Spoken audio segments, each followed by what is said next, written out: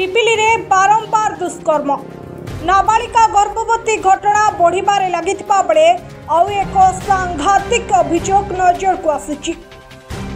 पिपिली रो अतिरिक्त तहसीलदार 23 पुरु आरआई को सहित असदाचरण करथिबा अभियोग होईछि। अभियोग अनुसार गत 24 तारिख आरआई जनक पिपिली तहसील कार्यालय बैठक में जोग देथिबा बेले बैठक शेष पर प्रबल वर्षा कारण बाध्य होई से तहसील कार्यालय अटकी रही।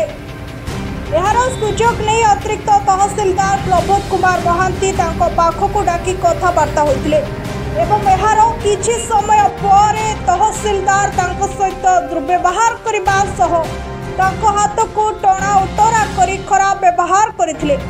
एने आरआई जनक पिपिली थाना रे लिखित अभियोग करिसेंती।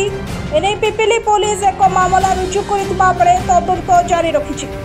पूर्व पिपिली रे अनेक घटना घटिथिला बेले अतिरिक्त तहसीलदार निज महिला सहकर्मी सहित अशालीन व्यवहार एवं चर्चार विषय पलटिछि।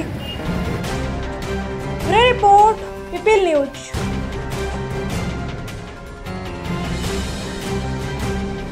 पिपिली रे प्रतिदिन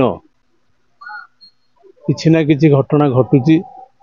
गण दुष्कर्म हो एवं शिशु हत्या हो एवं असादाचरण हो नाबालिका गर्भधारण हो मिनिमम बोधे ए वर्षे भितरे नूतन सरकार आसीबा परे 14 रु 15टा मकदमा हेलानी। आईन श्रृंखला विपर्यस्त। गत काली आउ गोटे घटना लज्जाकर घटना घटी। मानसिक विकारग्रस्त झील को जड़े निर्दिष्ट राजनैतिक दलर व्यक्ति दुष्कर्म करिसेंती बोली जहाँ शुणा मिलूची अत्यंत दुर्भाग्यजनक निंदनीय घटना। पिपिली रे प्रतिदिन जो घटना घटुची एकदम लज्जाकर घटना घटुची। एथिरे काहारी चिंता नहीं, ना मान्यवर चिंता अच्छी छोट मान्यवर ना बड़ मान्यवर चिंता अच्छी ना डेप्यूटी सीएम चिंता अच्छी ना जिलापाल ना एसपी समस्ते चुप। ये असामाजिक कार्यकलाप बढ़ी चली। एवं आहरी गोटे सबुठ दुर्भाग्यजनक घटना गत शनिवार दिन जड़े वरिष्ठ अधिकारी पिपिली एडिशनल तहसीलदार निज विभागर कर्मचारी को भी छाड़िलेनी असादाचरण कले। ऑफिस भितरे तांको असदाचरण करिसेंती। तांकर विभिन्न प्रकार असंगति जगह को स्पर्श करिसेंती जहाँ सी इतलार लिखिसेंती।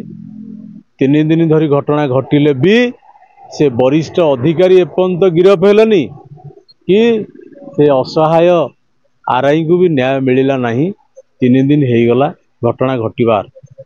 कौन करुछंती ये सरकार, ये अपारग सरकार, ये अपारग मुख्यमंत्री, ये विकलांग मुख्यमंत्री विवृत्ति रखिबा दरकार। ये कथा उपरे एवं मान्यवर मध्य विवृत्ति रखिबा दरकार। आज पिपिली रे जहाँ असामाजिक घटना घटुची यही माने ही दायी। कारण एमानकर असामाजिक लोक अपराधी जो माने गुंडागर्दी करुछंती पिपिली रे तांकर थाना प्रशासन शासन प्रति आउ भय नहीं। कहीं भय नहीं? आपण माने देखिथिबे 10 रु 12 बालीघाट चलुची। से बालीघाट पैसा ये असामाजिक कार्यकलाप रे लागुची एवं चोरा पत्थर खणी मध्य चलुची एवं माटी चोरी करी लोक बिकिलेनी। इठी माँ को बिकुछंती, माटी को बिकुछंती। माँ भी सम्मान पाउनी। छोट पिला दांडरे आज बुलिबार ससाहस नहीं ताकू कि किए उठेकी नहीं जीवो। जो भली छोट पिला मध्य चोरी होउची। एही सब घटना को तुरंत तदंत होबा दरकार एवं जो माने दोषी ताको प्रति दृष्टांतमूलक पदक्षेप नवा सहित दंड विधान करा जिबार आवश्यकता रही। एवं खूब शीघ्र ये वरिष्ठ अधिकारी एडिशनल तहसीलदार ये जौन पिपासु पागल को अरेस्ट करी राजरास्तार बुलेबार आवश्यकता रही। जहाँ दृष्टांतमूलक पदक्षेप नेले बोली राज्य सरकार जना पड़िबो। आपण मानक माध्यम रे पुणी थरे राज्य सरकार को अनुरोध करुची। मान्यवर छोट मान्यवर को अनुरोध करुची, बड़ मान्यवर को अनुरोध करुची। तुरंत एथिरे हस्तक्षेप करंतु एवं दोषी की दंड दियंतु दृढ़ कार्यानुष्ठान ग्रहण करिवार व्यवस्था करंतु। विजेडि आगामी दिन में अभिमुख्य कौन रही जदि यही कार्यक्रम चले आम माटी पाई आम पिपिली डेलांग पाई आमे बाध्य होइकी बीजेडी दल तरफरु मान्यवर पूर्वतन विधायक रुद्र प्रताप महारथी नेतृत्व में गोटे विराट शोभा यात्रा करी राजरास्ता को ओह्लैबू एवं निश्चित भाव में विरोध करूँ।